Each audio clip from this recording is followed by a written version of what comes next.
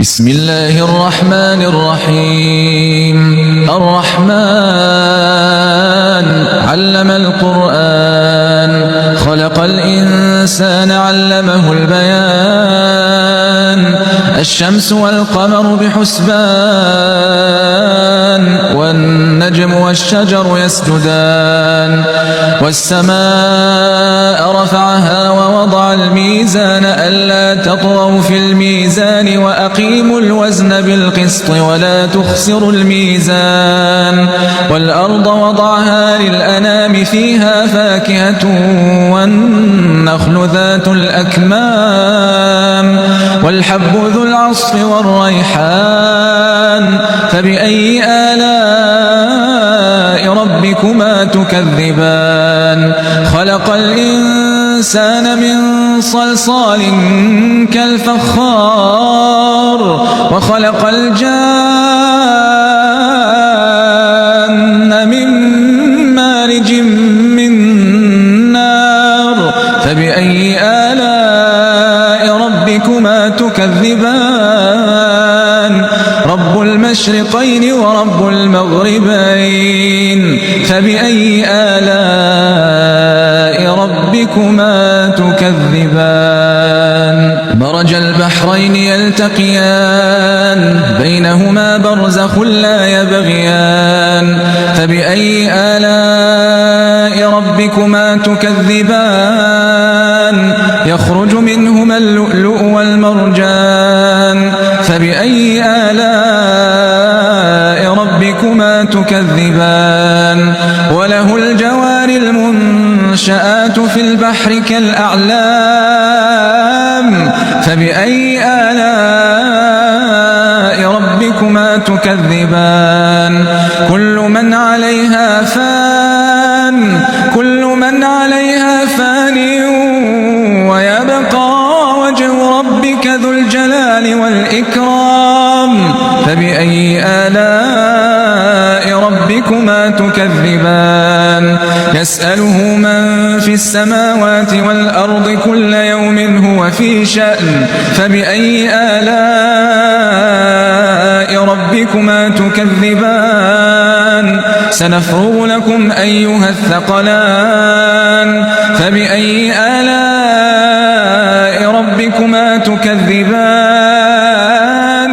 يا معشر الجن والإنس إن استطعتم أن تنفذوا من أقطار السماوات والأرض فانفذوا لا تنفذون إلا بسلطان.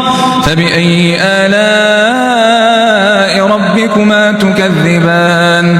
يرسل عليكما شواظ من نار ونحاس فلا تنتصران. فبأي آلاء ربكما تكذبان؟ فإذا انشقت السماء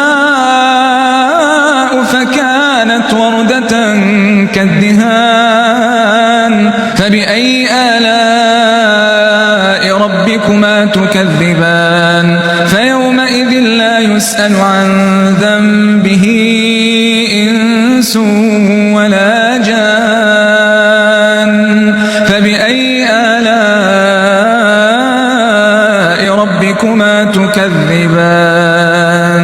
يعرف المجرمون بسيماهم فيؤخذ بالنواصي والأقدام. فبأي آلاء ربكما تكذبان؟ هذه جهنم التي يكذب بها المجرمون يطوفون بينها وبين حميم آن. فبأي آلاء ربكما تكذبان؟ ولمن خاف مقام ربه جنتان. فبأي آلاء ربكما تكذبان؟ ذواتا أفنان. فبأي آلاء ربكما تكذبان؟ فيهما عينان تجريان. فبأي آلاء ربكما تكذبان؟ فيهما من كل فاكهة زوجان فبأي آلاء ربكما تكذبان متكئين على فرش بطائنها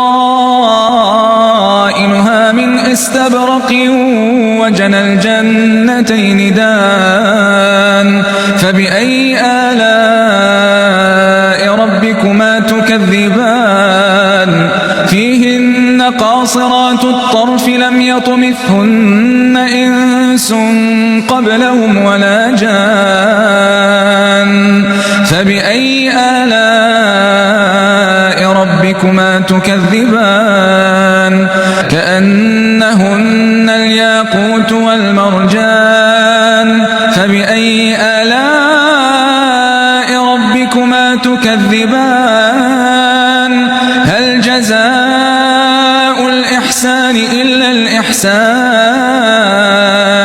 فبأي آلاء ربكما تكذبان ومن دونهما جنتان فبأي آلاء ربكما تكذبان مدهامتان فبأي آلاء ربكما تكذبان فيهما عينان نضاختان فبأي آلاء ربكما تكذبان فيهما فاكهة ونخل ورمان فبأي آلاء ربكما تكذبان فيهن خيرات حسان فبأي آلاء ربكما تكذبان حور مقصورات في الخيام فبأي آلاء ربكما تكذبان لم يطمثهن إنس قبلهم ولا جان فبأي آلاء ربكما تكذبان متكئين على رفرف خضر وعبقري حسان فبأي آلاء ربكما تكذبان تبارك اسم ربك ذي الجلال والإكرام